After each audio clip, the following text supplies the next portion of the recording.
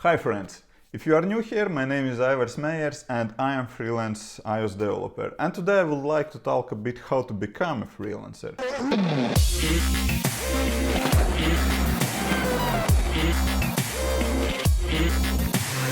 Plenty of you asked this question, so here we come. If you are interested in this topic, most likely you already saw plenty of videos how to become a freelancer, read blog posts and so on.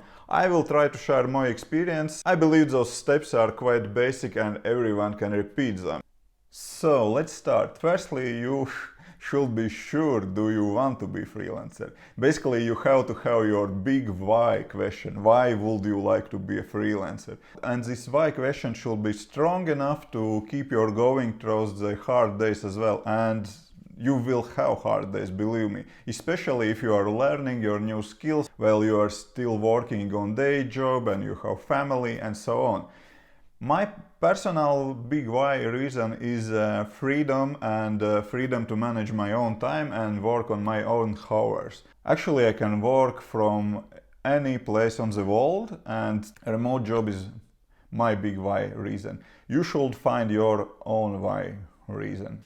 Right now I have to pack whatever I will be able to pack from that setup in this bag, and I am running to airport and will continue this conversation on the go on my way to Thailand. So let's continue our discussion. So step first was define your why. My why is this plain. So step 2 is define your niche and learn the skill for freelancing. Define what you like to do. Is it programming? Is it design? Is it accounting? Whatever you like to do. For example, if you would like to learn programming, that's kind of easy today. There are plenty of resources. If you are interested in iOS development, I have a video about learning, how to learn, what resources I recommend for learning. I will link this video, just take a look. So you defined the niche, you are in the process of learning the skill. Number 3 in our list is portfolio. You will need portfolio and I will recommend to start to work on your portfolio as soon as you are starting to learn your skill. Basically, as soon you will finish first tutorial, start to work on your application based on this tutorial, or even better, start to work on that in parallel. Because you will need products in your portfolio to show for potential customers. I guess that you will be not happy to hear my next step in this process. I will take a break a bit for that. I have to run to fly now and I will have 1 hour time to switch the planes in Moscow. Hopefully, hopefully I will see you in Thailand. But if I will miss my plan, maybe we'll continue with this video in Moscow. So see you in a moment. Hello from Thailand. We are in Phuket right now. I hope you hear me. There is quite noisy street behind me, but I believe it will be fine. So we are here. We luckily switched our planes in Moscow, in Russia. But Aeroflot was not so lucky with our baggage. Both of our bags were lost in Moscow, but they already found them. Sounds strange, but Aeroflot sent 2 bags in 2 separate planes, and poor guys from Thailand airport baggage service drive all the way to our hotel twice to deliver them. So, but everything is fine now. At the morning, I was warmest dressed guy in the city. I had a long sleeve shirt, jeans. I bought some clothes here, and probably I never again will check in bags. Usually we travel with backpacks only, and it was first time in about 5 or 7 years when we checked in bags, and you see what happens. It was a mistake. Okay, but let's go back to our freelancing topic. I believe we are on number 4. Number 4 in my list is suggestion for you to start with job for company. Yes, really. Almost everyone like to work remotely as freelancer and so on, to have option to travel or maybe to reach some other goals. But I highly recommend to do not start your first job as programmer in freelance, because if you will get a job in your profession in company, you will have more senior developers around you and you will learn way more faster. And it is the best way how to learn, by doing, and by doing together with more skilled developers. That's the best and fastest way how to learn. Actually, I believe it is applicable to whatever profession. Are you designer, accountant? It doesn't matter. If you work in team with smarter people than you, it is the best way how to learn. Also, that is great option to build your network and get other developers as your friends. And that could help in the future for you. Maybe you will need some help on project and you will have someone to ask for suggestion, or maybe some jobs will be forwarded to you from your previous contacts. That happens all the time, and as bigger network you have, it's better for you. So it's very good to have some kind of network around you with friends in the same industry. It helps a lot. If you are jumping directly to freelance, you just missing this opportunity. And once more time, I highly do not recommend to do that. I started to work as developer in freelance. I didn't spend a single day working as developer in any company, but I spent a lot of time in product management, and basically I did every single work what is possible to do on software development project, excluding programming. It is very important to know everything around development as well. If you are freelancing, you should know how to manage client relationships, how to estimate project costs, how to estimate deliveries, and so on. Basically, you are a one-man company. If you are a freelancer, you are doing everything. So that's why I do not recommend to jump directly to the freelancing. So I believe we are on point 5 already. This is quite huge topic, but basically get your financial plan ready. You have to understand how much you like to charge clients, how much you will spend. If you are just a high school student who are freelancing aside and income is not very important for you, that's fine. Actually, it doesn't matter how many you will charge for your projects, but if this job should support your family, you have to take it seriously, and you have to understand how you will pay taxes, how you will manage your money flow, and if you need to register a company, better do that before you start freelancing, because all of administrative job takes a lot of time.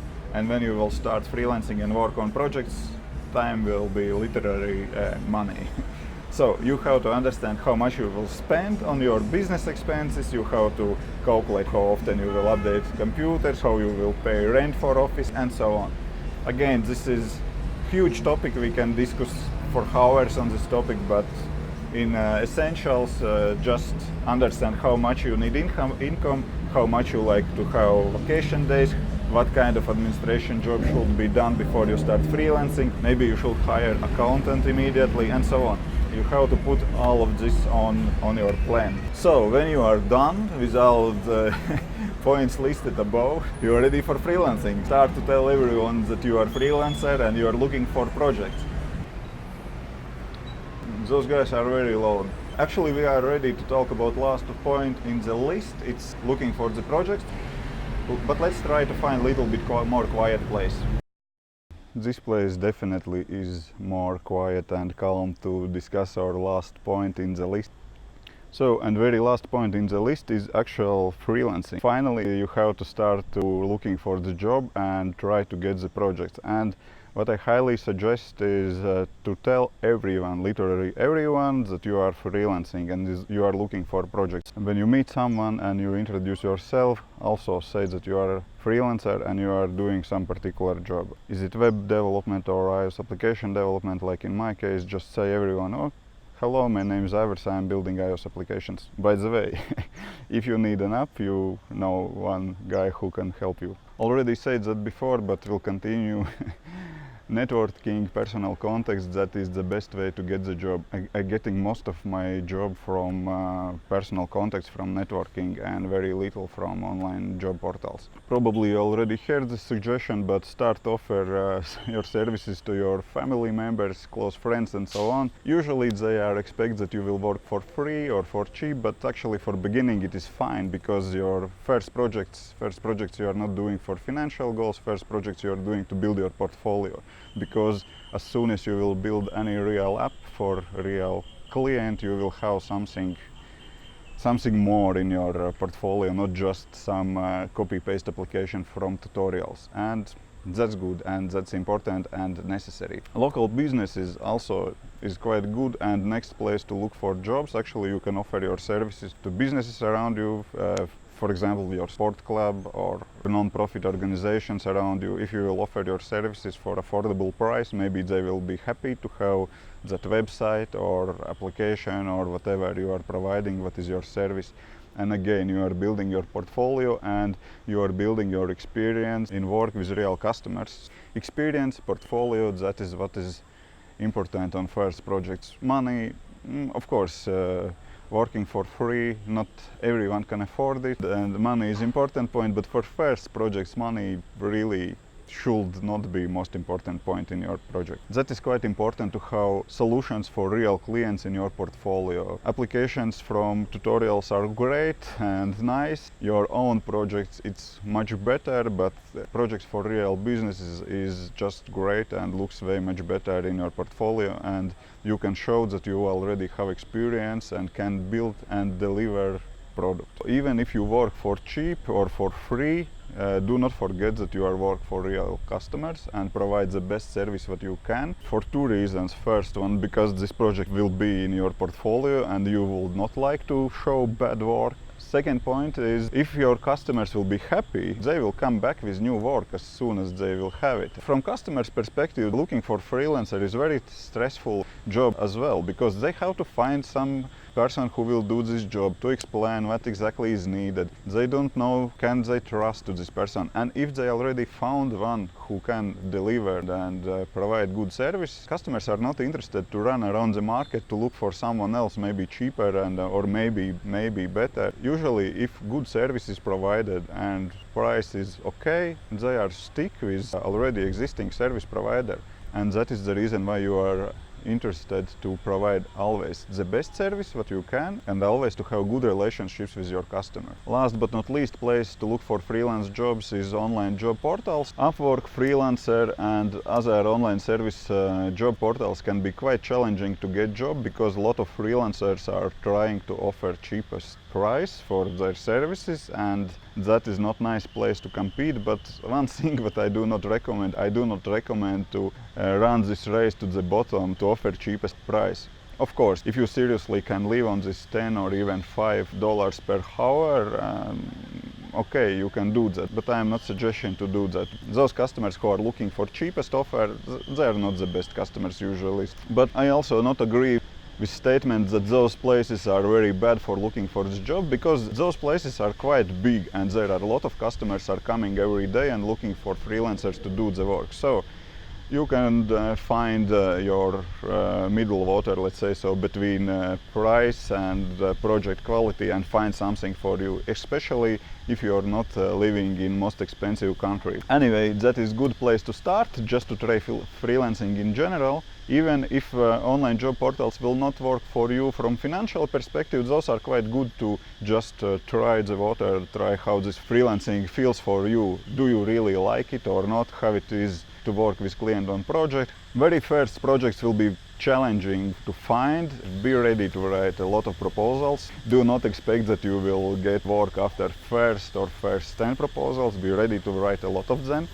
Make some templates, but do not just copy paste and resend the same template to all the customers. Be creative, but proposal writing is big and separate topic. But as soon as you will get first project and you will start on it, my congratulations, you are the freelancer. Basically that is it. If you are still watching, thank you.